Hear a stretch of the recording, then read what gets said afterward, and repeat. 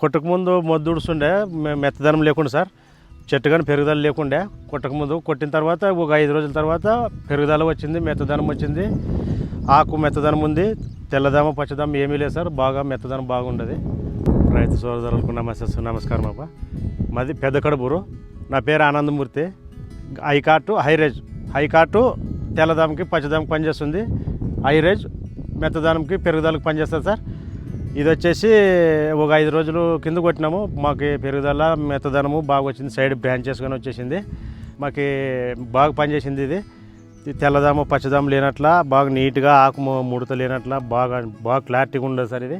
ఇది వచ్చేసి 40 రోజులు పైరు. ఇదిగా ఇందు నుంచి ఇక్కడ దాకా వచ్చింది సార్ పెరుగుదల. ఇది మాకు 40 రోజుల పైరు.